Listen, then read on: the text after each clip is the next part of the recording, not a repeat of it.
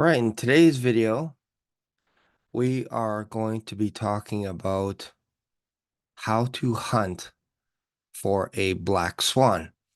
So if you're interested in this type of discussion where I talk, because this is my channel, and I don't know why I say we when it's just me, but we're going to be talking about black swan events. We're going to talk about end times. We're going to talk about the rapture, all this kind of good stuff. So if you're interested in this type of topic, then feel free to subscribe to this channel, leave a comment, and most importantly, give a thumbs up as well if you like this type of content, because if you give a thumbs up, that shows YouTube that you're interested in this type of content, and they will also show it to other people that are like-minded, if you will, if they're curious about Black Swan events and all this kind of stuff. So, without any further ado, let's jump into how to hunt for a black swan event. So a lot of my reasoning, if you will, when it comes to black swan events, especially when I'm talking about the Rapture being the greatest black swan event of all time, is because of this book right here. This is called The Black Swan. I don't know if you could see that, by Nassim Nicholas Taleb. The impact of the highly improbable. We're going to be talking about that a little bit here. So, and like I mentioned, I am going to be on a YouTube channel called Uptime Community Church, and there's a segment that they call the Watchman Roundtable. So I'm going to be there on Tuesday, February 6th. And again, I'm going to put the link in the video. So I'm a guest next week. So that should be fun. So leading up to it, I'm going to be continually talking about Black Swan events and all that kind of stuff, because again, this is basically one of the reasons why I created this YouTube channel back in 2022. Ukraine was invaded by Russia, and I was not reading my Bible. I was a Christian, but I was just not reading my Bible. I just read it every once in a while, once in a blue moon, if you will. And I'd spend maybe 15 minutes a week reading the Bible here and there, usually Proverbs. Usually I'd dive into Genesis a little bit, especially at the beginning of the year. And then maybe for fun, I'd jump into Acts. And that's pretty much it. And then when Russia invaded Ukraine, I started thinking, this feels a little end time-ish. And it was actually in February that I created this channel in 2022. And I started thinking, I better start reading my Bible, because this feels like an end time type of event, what was going on with Russia invading Ukraine.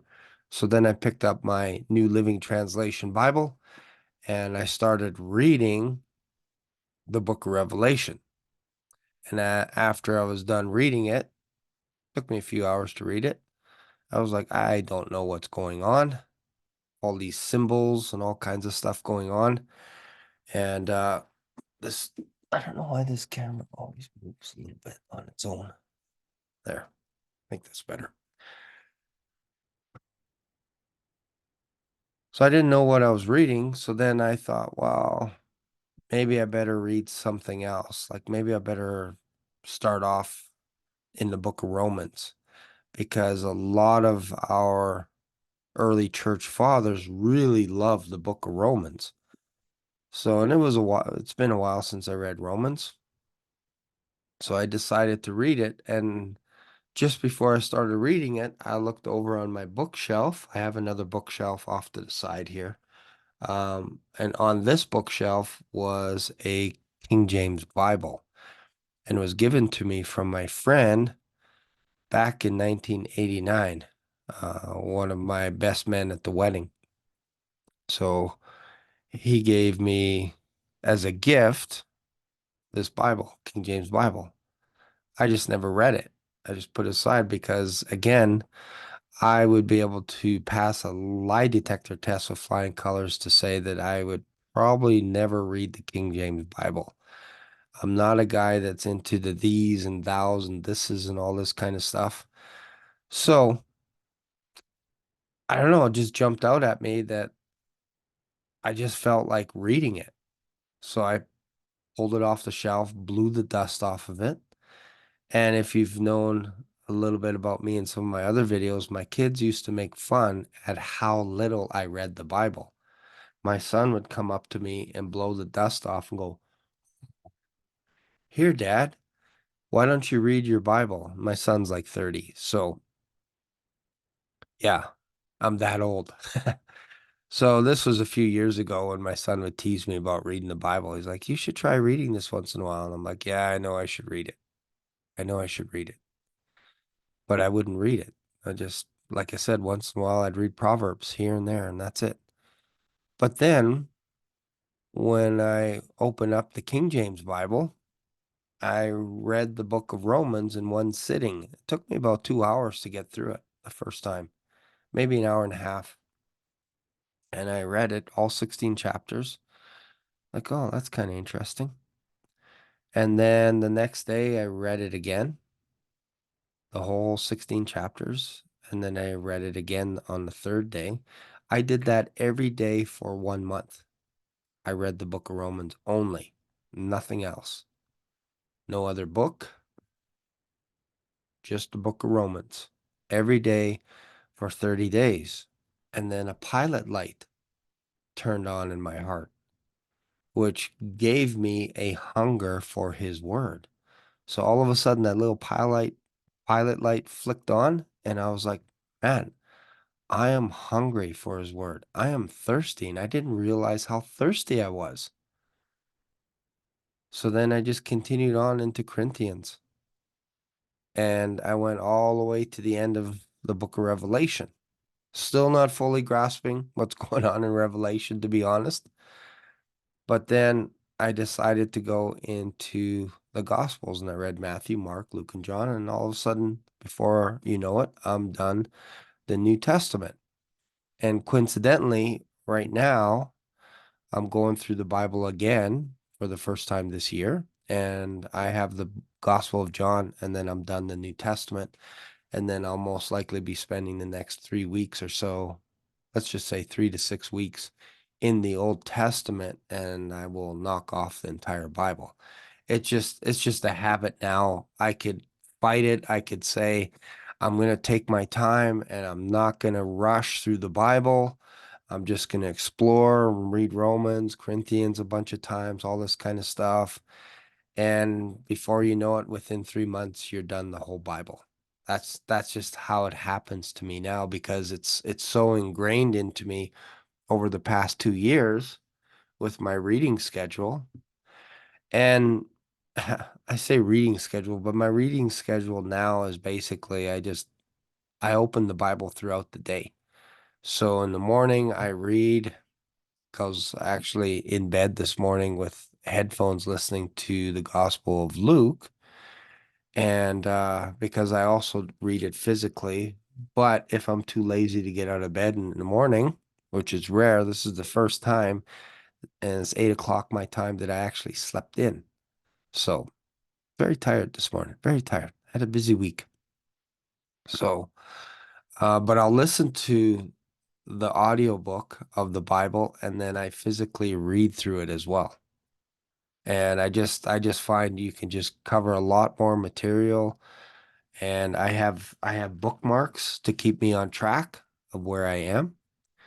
And then during the week I'll listen to audiobooks, Black Swan, other books. What's another one that I just bought recently, an audiobook? This one seemed kind of interesting because Nicholas Nassim Taleb, I always want to call him Nicholas Taleb, but Nassim recommended this book.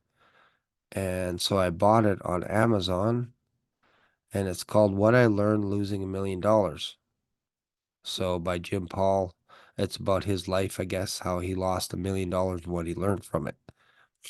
So there's an interesting chapter at the end of the book And I don't think you get it in the physical copy of the book, but in the audio version of this is an interview by Tim Ferriss with Jim Paul, I believe. So I listened to that. That's pretty cool. And I also have a book, Empire of the Ants, because I'm studying the ants for some reason. So I like listening to stuff like that. Anyways, neither here nor there. But just so you know, this is just my daily routine while I'm working. I drive a truck for a living, and I just listen to audiobooks during the day. And then in the morning, I will get up, I'll read the physical because I believe in reading the physical so you don't get distracted.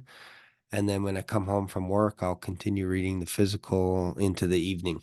So just how I do things. So let's talk about some Black Swan stuff. Um, One of the interesting things, and I don't know if this will work or not, I really don't. But here's a deck of cards. I shuffled these cards, I don't know, probably yesterday. And so what I'm going to do is I'm just going to show you a couple of cards that I have from memory, just to show you, to stimulate the idea that it is possible to memorize a deck of cards. But the reason why I want to show that to you is because sometimes people think things are random, things are predictable. Like it's all over the gauntlet, depending who you talk to. When you talk about history, they say, "Oh, it's predictable," and then when you get a guy like Nassim in Black Swan, he says, "Actually, history is not predictable. It's only predictable when it's on the other side." So let me just pull out some of these cards, and then just give you a little example here. So here's cards. And I put them in somewhat of a sequential order, if you will, according to me. As in, I built a little story around it so that I can remember the cards a little bit easier. And this is one of the tricks to memorizing a deck of cards, is if you put the cards in an order where you can build a story around it, then it'll become a little bit easier. So I am not 100% confident that I will be able to get all the suits, but I'm pretty sure I can get the numbers, and I'm going to try my hardest to get to match the suits with the numbers, and we're only going to do like 10 cards or so. So here we go. All right, so I'm not looking at the cards. I'm just going to flip them up. So the first one is going to be a 3 of hearts. Boom. Happy I got that. The next one is going to be a 9 of spades. Boom. The next one, again, I'm building a story in my head. Ace of spades. Boom. And then the next one, I should probably flip these up so I could see them as well here. And then the next one is going to be a 2 of clubs. The next one is a 7 of hearts. There you go. So that's five digits so far that I have memorized. So the next one, this one's a tricky one. 4 of diamonds. And then 3 of clubs. So that's 7. And then it's going to be a 4 of clubs. The reason why I'm looking is because I have to look at the sequence here, because again, I built it in my head. So if I look at these numbers, I can tell what's coming up next. So 7, 4, 3, 4. The next one's going to be a 6. 6 of diamonds. Hearts. Oh, I got it wrong. Okay. 4, 6, and then 3 of diamonds. Yes. And then 6 of spades. So I made it through the hard part. Now the easier part. So King of Clubs, King of Hearts, Queen of Clubs, Queen of Hearts, and then Two of Hearts. So again, how I did that was I built for myself a little story in my head in order to make this work. Now, it might be all mixed up now, but the idea was I used to live at an address, which was 3912. So let's see. So 3912.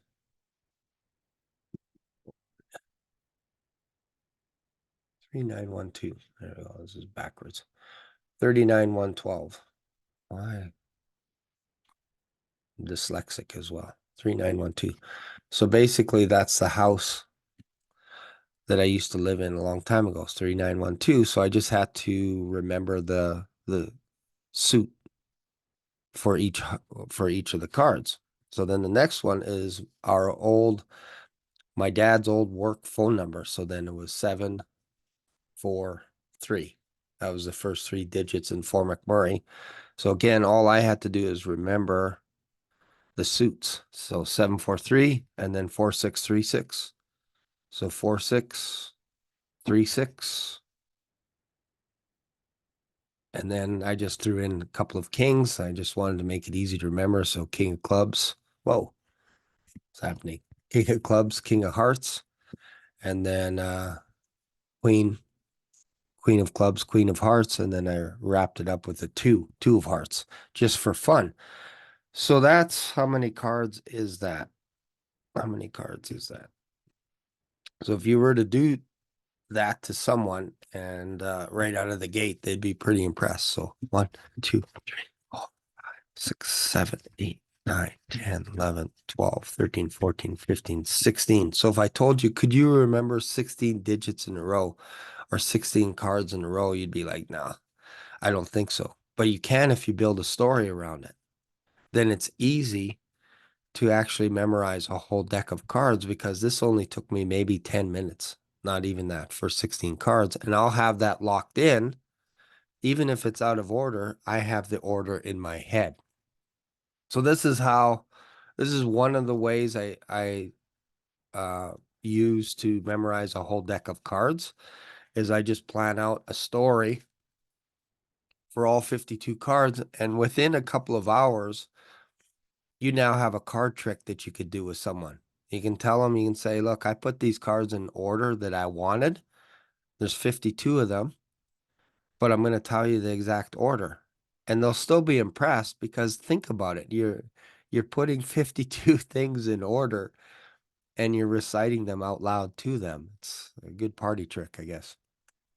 The harder way is to shuffle the cards and lay them out and then build a story with the cards being random. That's hard to do. I've done that before. I used the memory palace and then put cards in each room, like 5 cards in this room, 5 cards in that room, 5 cards there, all throughout the house. But it's kind of weird because after a month or two, you walk into your house and you go to the bathroom, you look in the mirror and you see the ace of spades and you're like, oh yeah, got to get rid of that. I got to erase that from my memory because it's been months now and I still got these cards in each one of my rooms. You could do that for memorizing books too. I tried doing that, but sometimes if you move to another house and you built a palace based on that house, sometimes it's hard to, unless you're doing it every week, recalling those chapters, in that particular house, it's very difficult to recall stuff. So I just instead store useless information like the first 16 cards of a deck. So why did I say all that stuff? Because that's not necessarily a black swan event.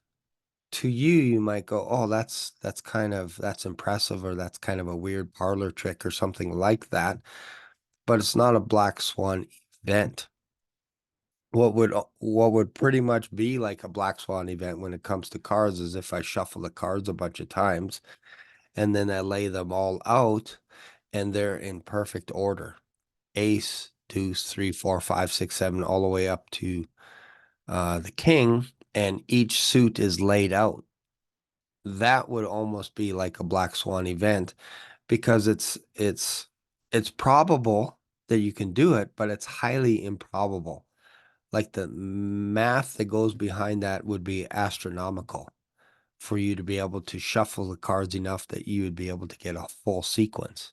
And it's possible. So again, this whole book, The Black Swan, is about the impact of the highly improbable.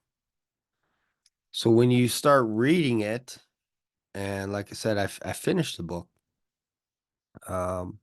When you read it, you start to get the essence of what Nassim is talking about. And you have to approach black swan events if you're predicting all this kind of stuff. He hates the idea of predicting, by the way. But let's just say when we're talking about the rapture, you do have to be prepared to be wrong, because that's part of the hypothesis. When you're putting things together, you're going, yeah, there's a high chance that I am wrong about an event, a black swan event. Why? Because a black swan event is unpredictable. And the interesting thing about the rapture is it's talked about in the Bible, but we don't know when it's going to happen. So it's kind of an interesting paradox, because again, the black swan, in order for it to fulfill its to be defined as a black swan, it has to fulfill 3 criteria. It has to be highly unpredictable. It has to be highly impactful. And the third thing is we come up with um, some type of cocktail to explain it away, a recipe, if you will, after the fact, not before. So when the rapture occurs, and I'm going to be talking a little bit more why I believe this is one of the greatest black swan events of all time. After the rapture, there's going to be people that are going to explain it away, because that is the third criteria for a black swan event, and it fits the bill for the rapture. The Antichrist is on the move. He's in the world, and he's going to have to explain why millions and millions of people are gone. And I think you could build a strong argument that we actually literally disappear. Babies, anyone before the age of accountability, before they know whether to do good or bad, gonzo. Why? Because it's very similar to what happened to Enoch. Enoch pleased God and was translated so that he would not see death, and was not, could not be found. So that tells me that God took him, translated him, and took him so that he would not see death. We see another instance of this with regards to Elijah. Elisha wanted a double blessing, if you will. He wanted a double of whatever Elijah had. And Elijah said, you're asking for a hard thing, a tough thing, a difficult thing. But if you see me being raptured, now I'm adding that in myself. If you see me being raptured up, then you will get your double blessing. So what did he mean by being raptured up? Well, days leading up to that, people would come up to Elisha and say, did you know that your master is going to be taken? It's kind of weird. Elisha's, I know this. I know this.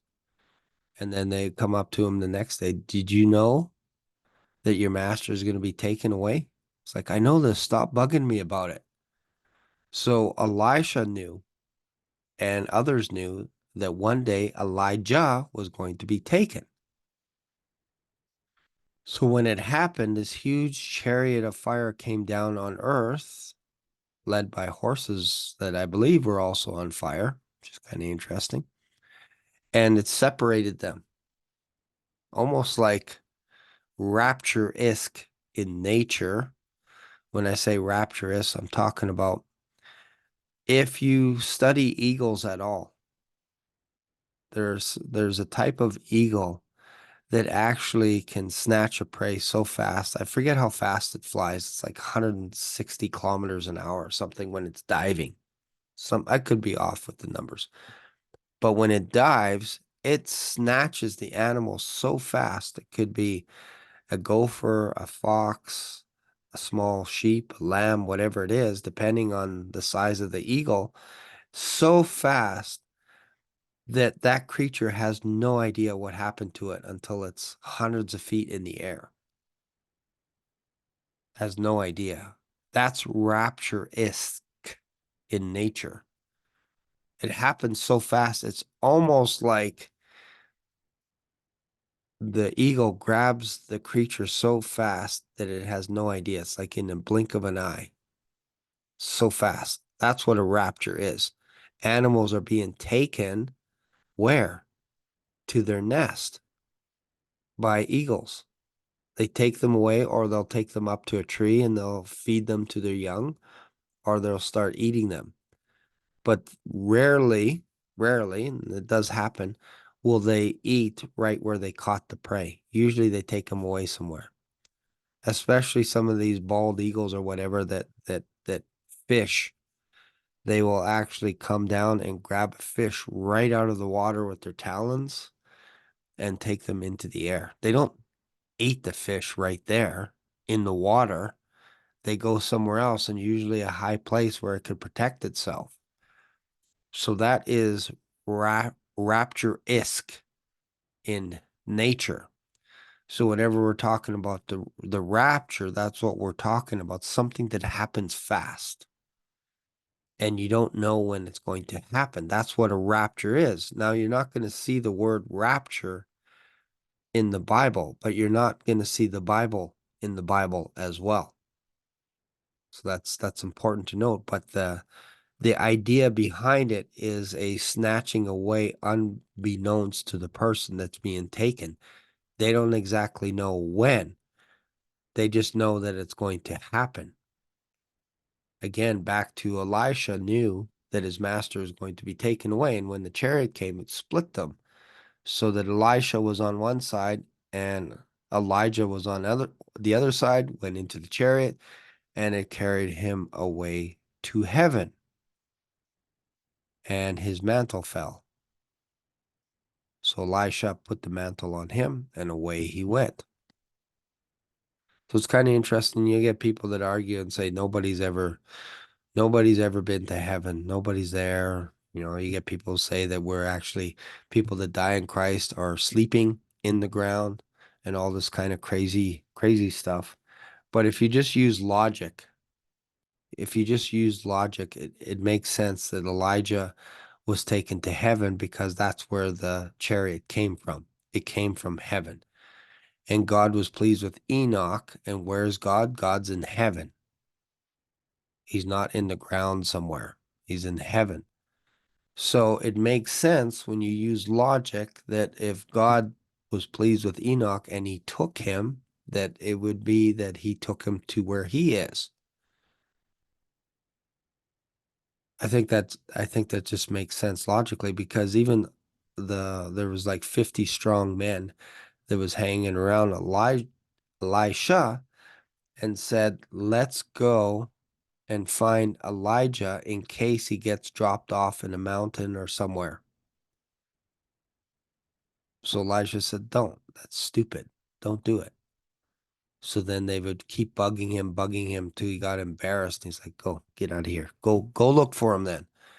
So they spent 3 days looking for Elijah's body because they were worried that this chariot of fire was going to drop Elijah somewhere in the middle of nowhere. So they went looking for him. And then they came back, knuckles dragging.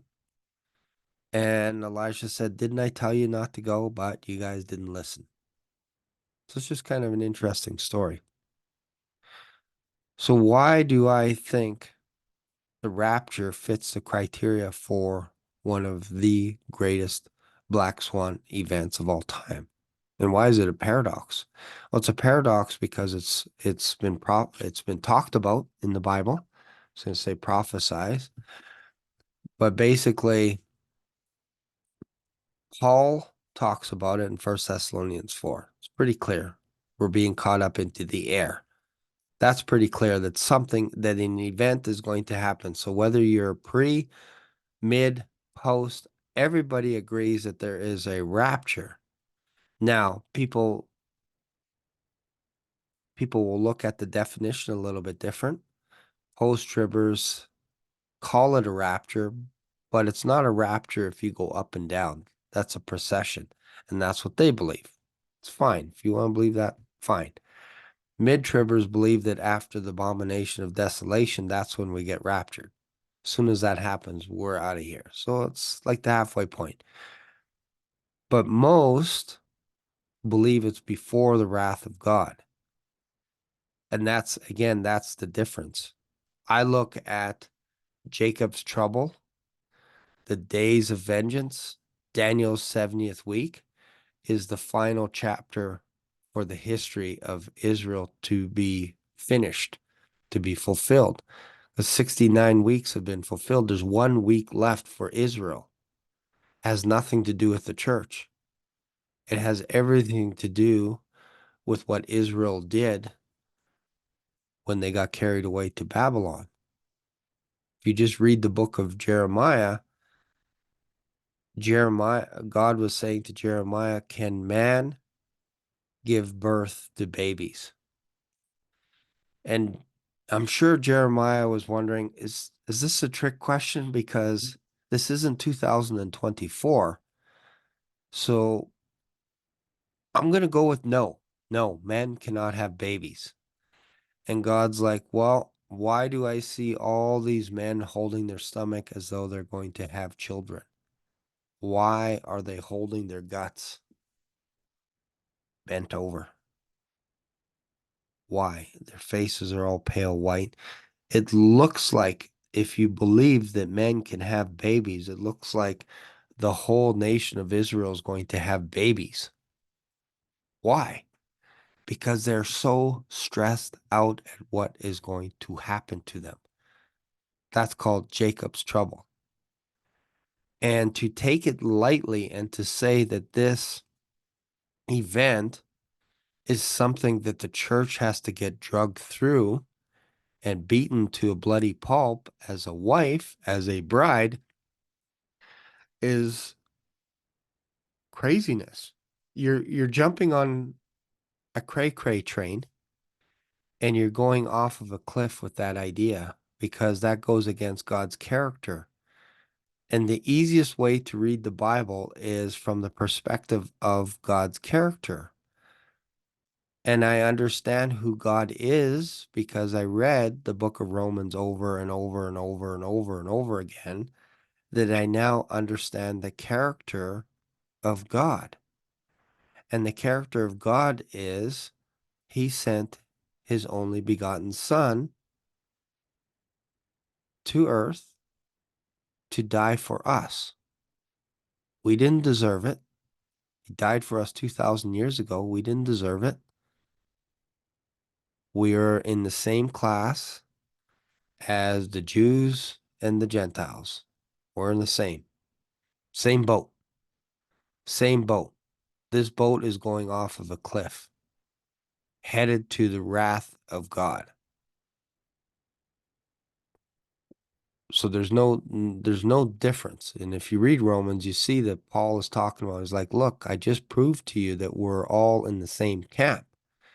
So how do you get out of that? How do you get out from the wrath of God? I'm not talking about the lake of fire. That's a gimme, that when you become a Christian, you're not getting tossed into the lake of fire. That's a gimme. But there is wrath that's coming, and we are saved from that wrath. How do we know this? Because when you read in Ephesians, we see another mystery. And the mystery is we are one with Christ. He is our husband, we are his wife. And if you go back to Genesis, the two shall be one, and let no man separate it. So what does that mean?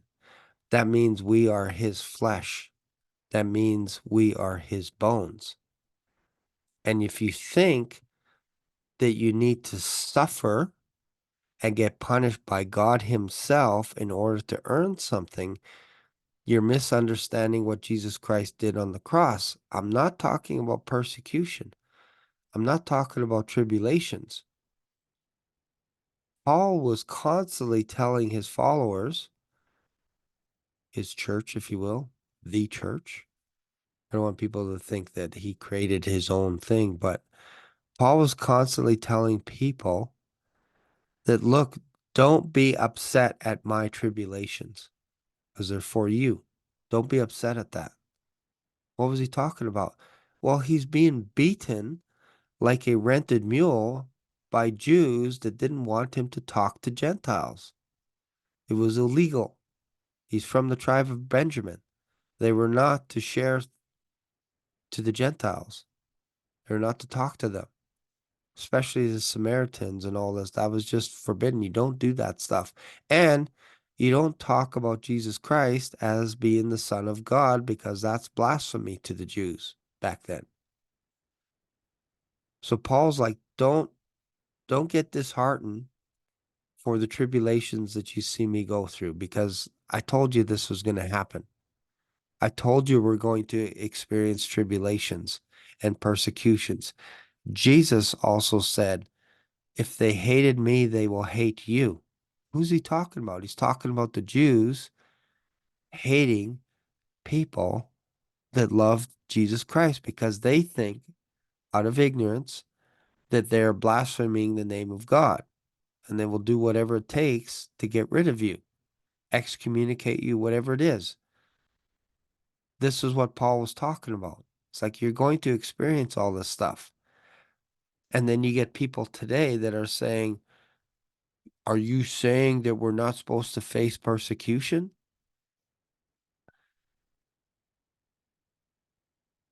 It almost gets to the point where you just get dumbfounded at the stupidness of people when they say dumb things like this. When you say we're not ordained for the wrath of God, they'll be like, well, Paul was talking about the lake of fire. Really? Really?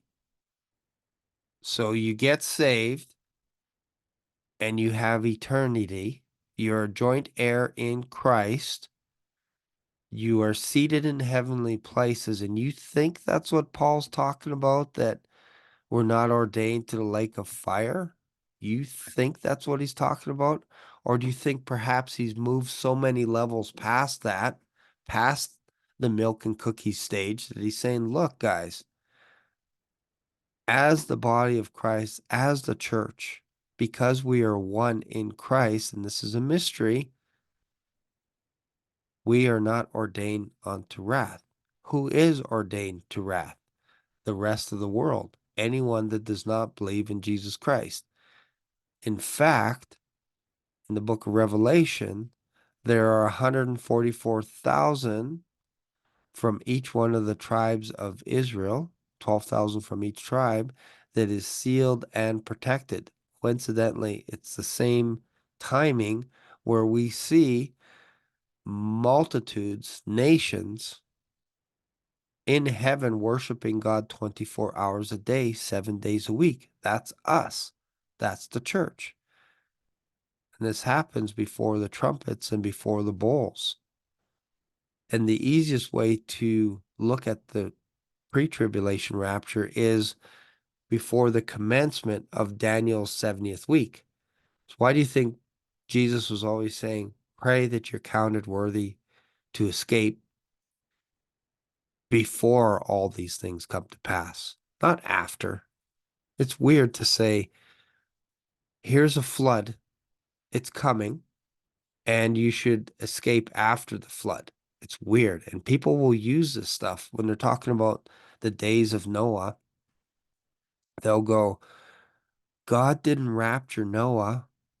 So that tells you that there is no such thing as a rapture and you have to go through the flood. You have to suffer. Okay, well, can you show me anywhere in the Bible where Noah suffered when he was on the ark? Can you just show me that and I'll walk away from this whole rapture idea. Show me where Noah and his family suffered by swimming through the flood. Show me that. It's not there. You're making up stuff. So stop making up stuff.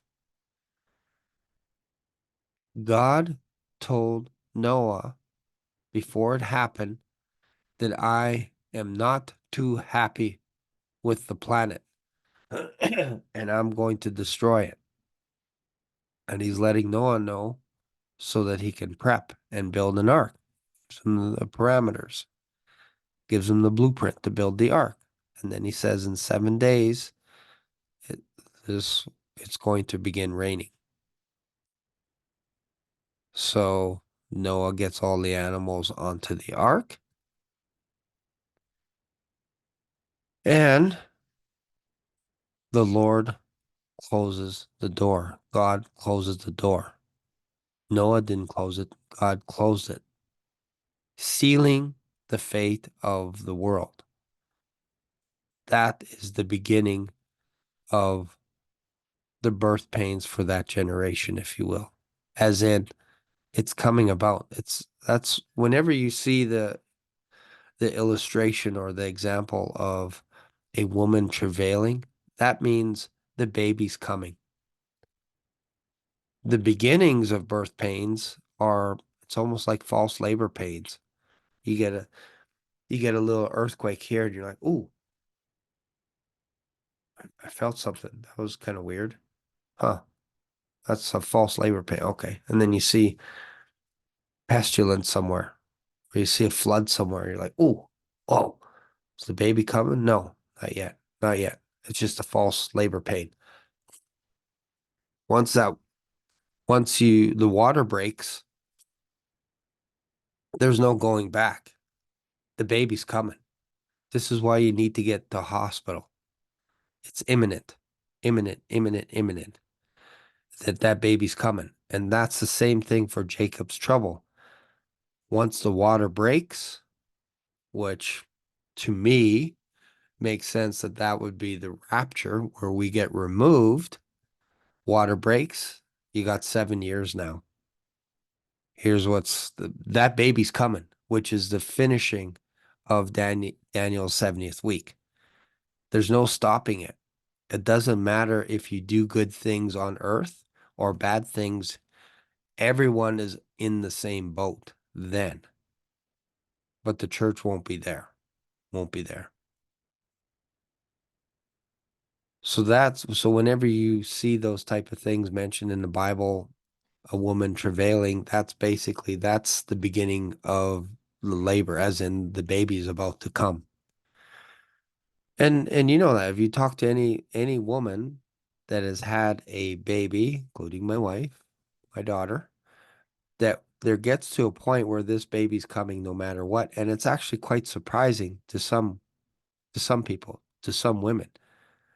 And even more surprising to some people, like some men probably were like, what do you mean? You're gonna have a baby now this weekend? Like it's the Super Bowl or whatever it is.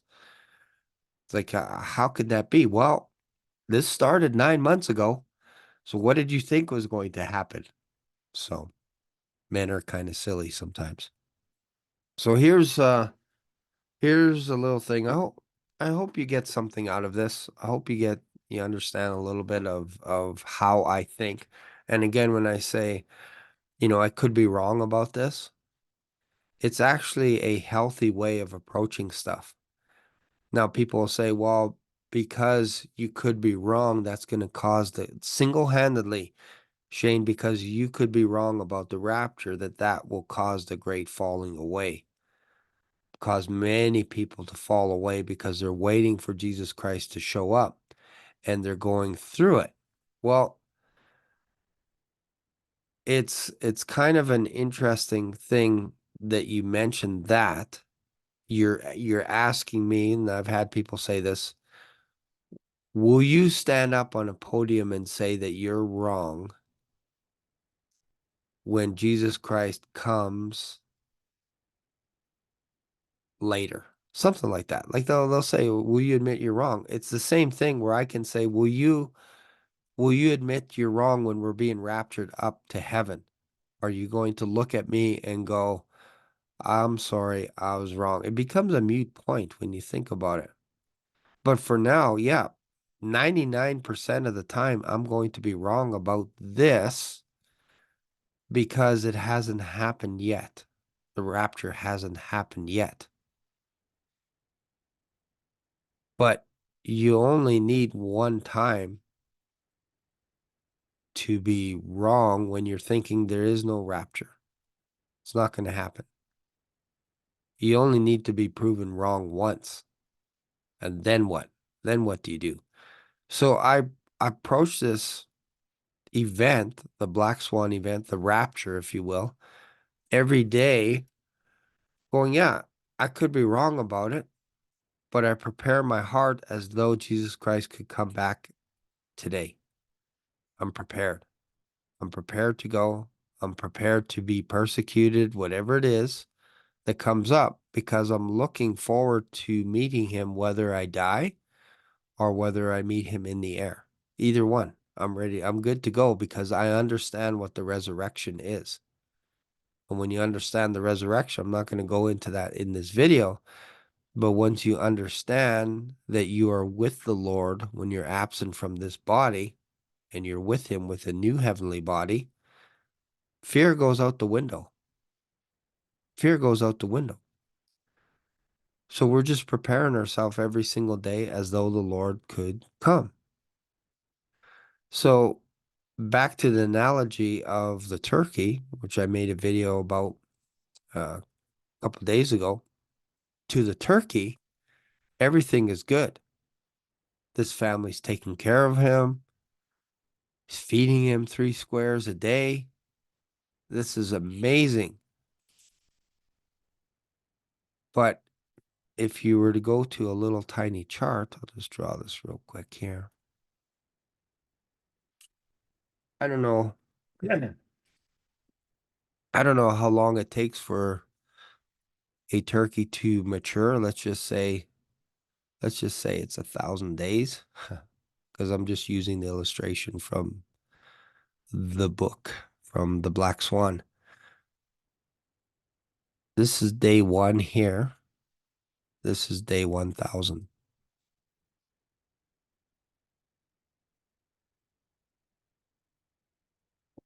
Day 1,000. So for this turkey, I was going to draw a turkey, but instead I will spell it. For this turkey, when do you think he is the most confident in this family that is taking care of him? Based on, I guess you can call it empirical data. If he were to go back in time 1,000 days, from day 1 to all the way 1,000 to this turkey, when do you think his confidence is going to be the highest? As in, he thinks this family loves him the most and is taking care of him. When do you think his confidence will be the highest? It's right here.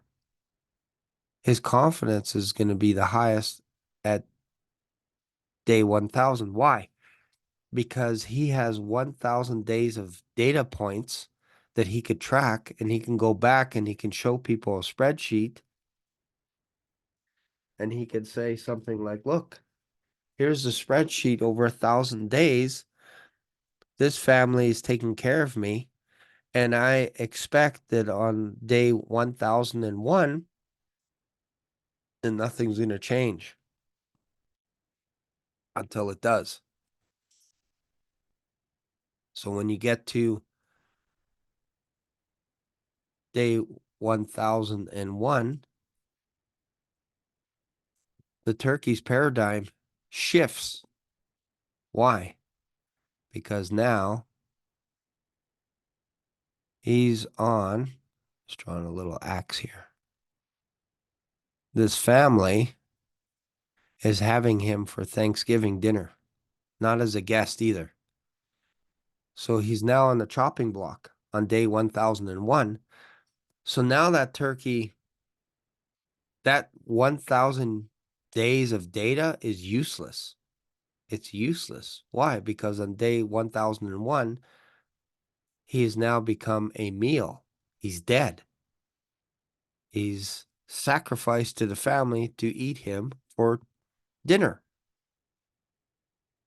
So when do you think people's confidence will be the highest, saying that there is no rapture? Probably when they're the most successful, probably when things are going the best for them. It's like a snare. When do you think people's confidence of the flood not happening, when do you think it was at its highest? Probably before it started to rain, because it hadn't rained before.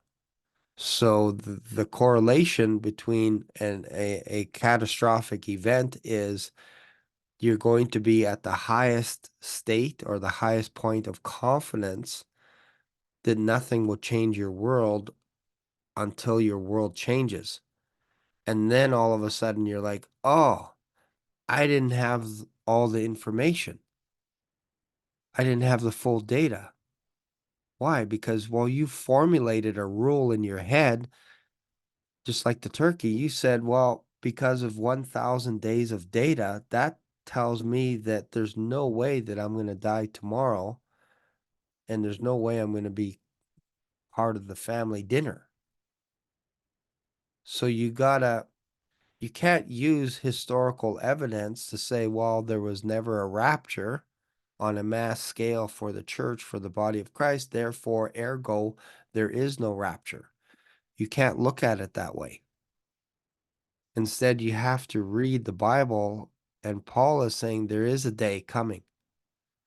And people get this mixed up with the day of the Lord, the day of Christ, the day where Jacob's trouble is coming. And Paul separates the two. He says, look, there's a day that we're looking for his appearing, his coming, and it's going to be awesome because he's coming back for us. But don't confuse that with the day of Christ. Don't confuse it with that day, which we know is more than 24 hours. It's 7 years. So Paul's saying, don't confuse it, because in order for that day to happen, there has to be a great falling away. And the son of perdition shows up in the world, declares himself to be God, sits in the temple, declares himself to be God, all this kind of stuff. That's when that day happens. So don't worry about that day. Why? Because you're going to be raptured before that day. He's just painting a picture. He's saying, look, this is what's going to happen first. Great falling away. Son of perdition in the world. The Antichrist is in the world. That's that day. That's when that's going to happen. Then you'll see the Son of Man coming in clouds, all that kind of stuff. So if you go pre, mid, post, everybody agrees that Jesus Christ is coming from heaven with his host, with his saints coming down to earth. That's Armageddon. Most people agree with that. Where some of the post-tribbers get all messed up and mixed up, they think there's some kind of a resurrection happening on that day, and they think we go up just before those that are alive, just a split second before, but we meet them, and then we help Jesus Christ find Jerusalem. We help him because it's been 2,000 years. But they don't take into account that there are actually people living in heaven right now. They don't even consider that the Antichrist, when you read the book of Revelation, is mad and is blaspheming the temple of God in heaven, and he's mad and angry at those that live in heaven. Who do you think he's mad at? The angels? No, he's mad at the humans that are living in heaven. He's upset at them. And he goes after Israel with extreme prejudice. That's to close out Daniel's 70th week. It makes sense on a grand scale when, again, if you go back to the character of God, God will not destroy the righteous with the unrighteous. That's his character. How do we know this? Just look at what happened to Sodom and Gomorrah. Now, some people will say, well, there's still bad people in this world. Like, again, you're being dumb when you say stupid things like this. You are. It's like saying bad people don't do bad things to other people. Crime doesn't exist, all this kind of stuff. It's kind of a weird jump. And we've never said that you won't be persecuted, but you won't be under the wrath of God if you believe that Jesus Christ died for us. He took all of our sins, nailed it to the cross, and he died, was buried, and lives again, and will never die again. And his work was finished. He said it on the cross. So what makes you think that you can go through something in order to earn your salvation, to endure to the end? You don't even understand what endure to the end means. You're just throwing stuff out. I'll give you an example. Peter and all the disciples ditched Jesus Christ. They forsook him. Why? He got arrested, was betrayed by Judas, and they scattered. Even Mark tried running away, and they grabbed his cloak, and he ran away naked. So they all escaped. But Peter stuck around, and John.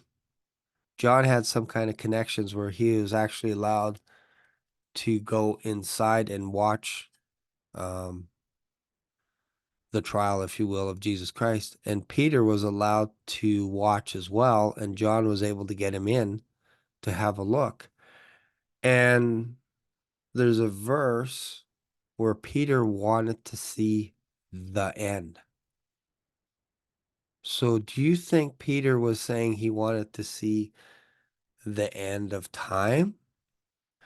Or do you think he was talking about he wanted to see how basically the end of Jesus Christ's life, the trial? He wanted to see the end of it, the finish of it. This is why people go and sit in courtrooms, they watch trials and whatever, and they want to see the result of that trial.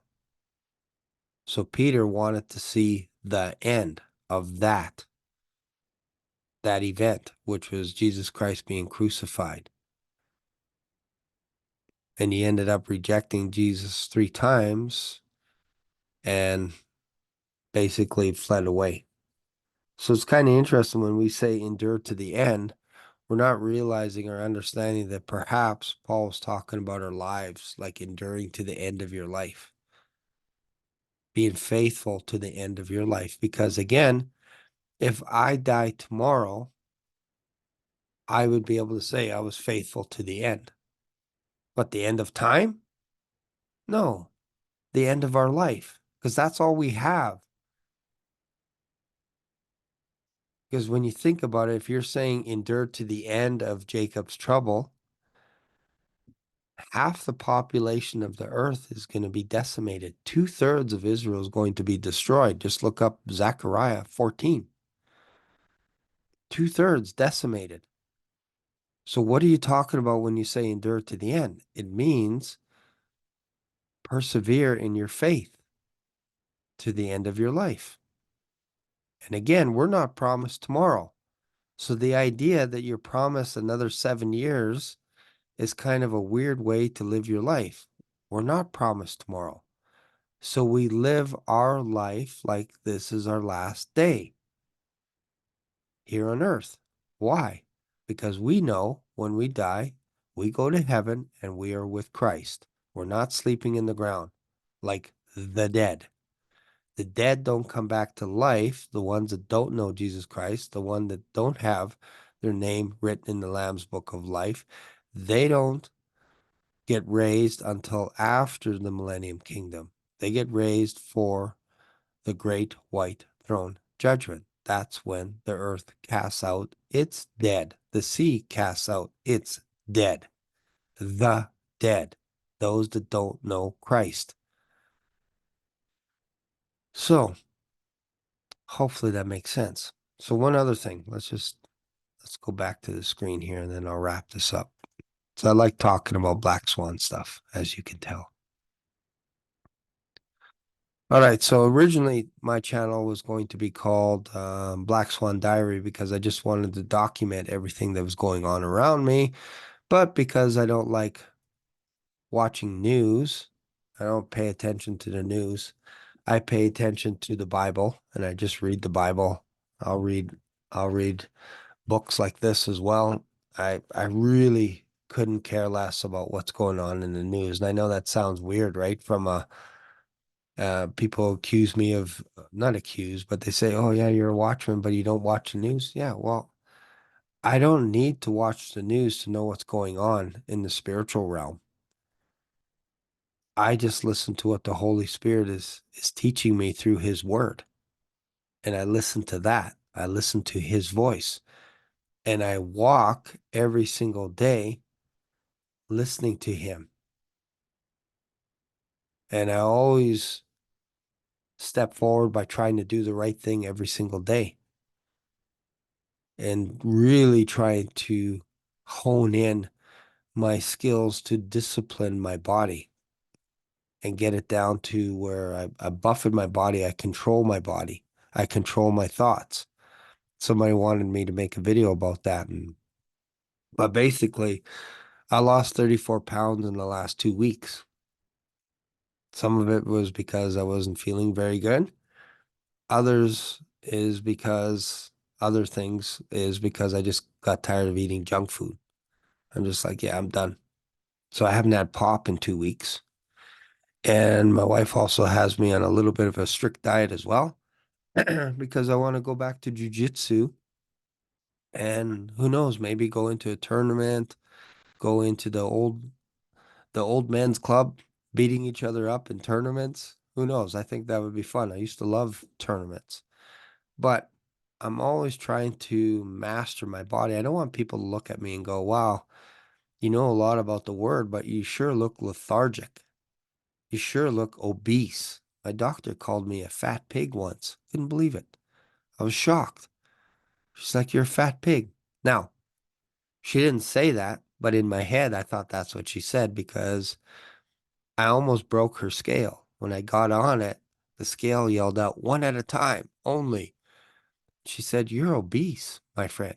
You are obese. You need to correct this stuff. So, when your doctor's telling you that, when your kids are coming up touching your tummy all the time, going, when's the baby due?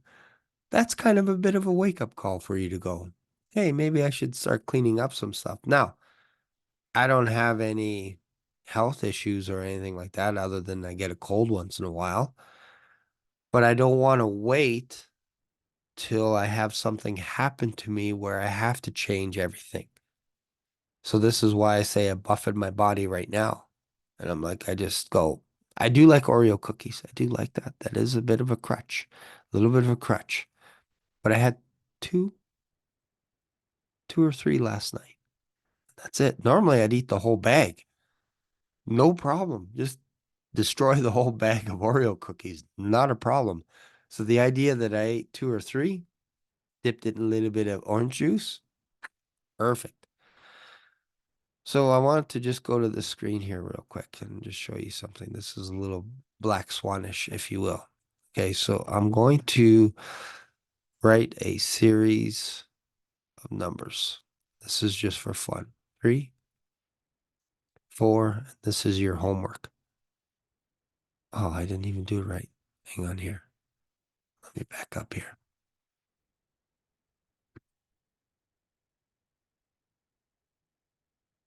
3, 6, 9. Okay, so you have a series of 3 numbers. Now, what I want you to do for homework is I want you to figure out the next series of numbers based on this pattern that you see. I've given you 3 numbers. I want you to tell me what the next three numbers are going to be. And this is, if you've read this book, you know where I'm going. If you've read The Black Swan, you know where I'm going with this. So what do you think the next pattern would be, the next series of numbers based on the number 3, 6, 9? What do you think the next three numbers are going to be? I'll give you 30 seconds and then I'll tell you the answer. That way you don't have to lose sleep at night. So what do you think the next series of numbers are going to be? You got it? Okay. Most people would go, it's going to be 12, 3, 6, 9, 12, 15, 18. And you're not wrong. You're not wrong on that. But what most people probably don't know is it could be this. This could be the next.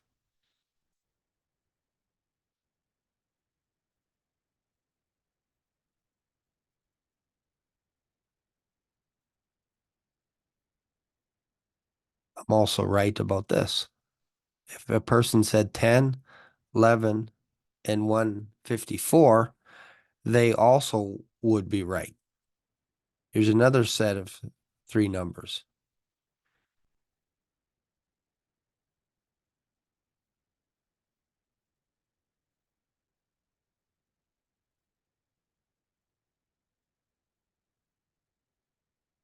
That's 1 million. If you said this, you would also be right. 1 million. Looks like I spelled that wrong. If you said 75, 86, or 1 million, those are the next three numbers, you also would be right. Why? Because of the rule that I have, not because of your rule. Your rule is you're thinking it's 12, 15, 18, but my rule is it's basically any number, any series of numbers that are higher than 9, because this is in ascending order. That was my rule.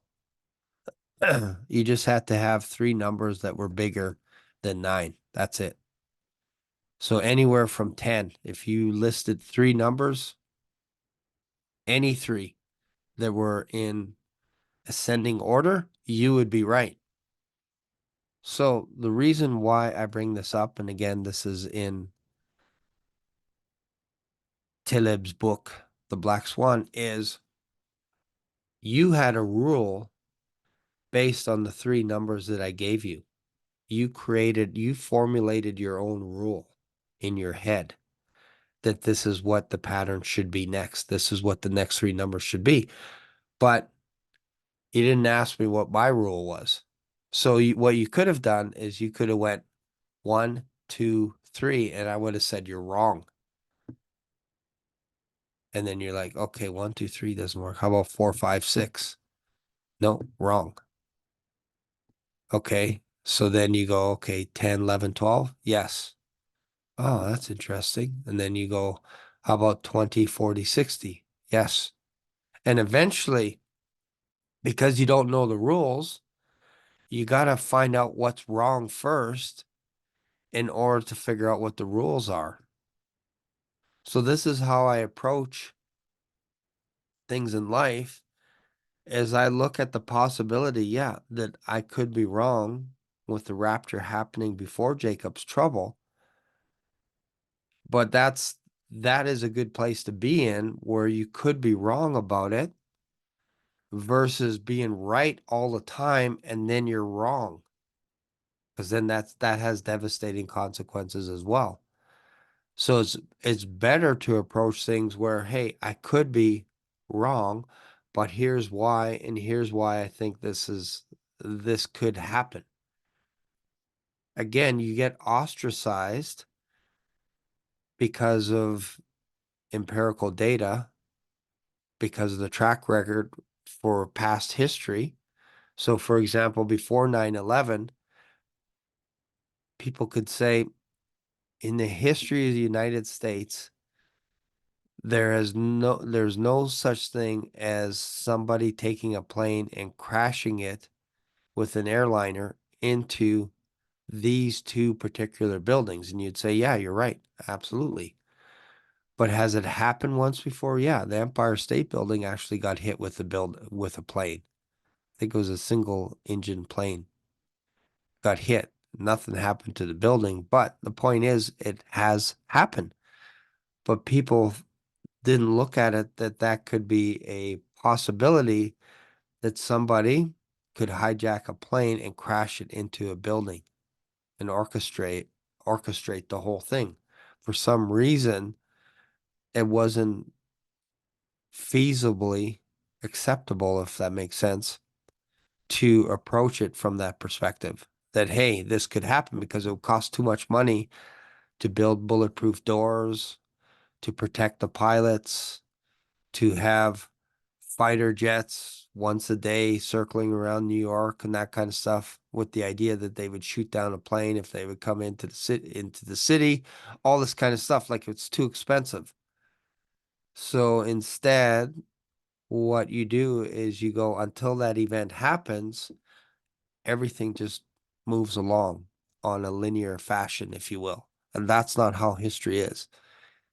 History doesn't just crawl, it jumps, it makes leaps. Pearl Harbor, you could almost look at that as a black swan event. At least to the world, that was the plan, but Japan knew what they were doing.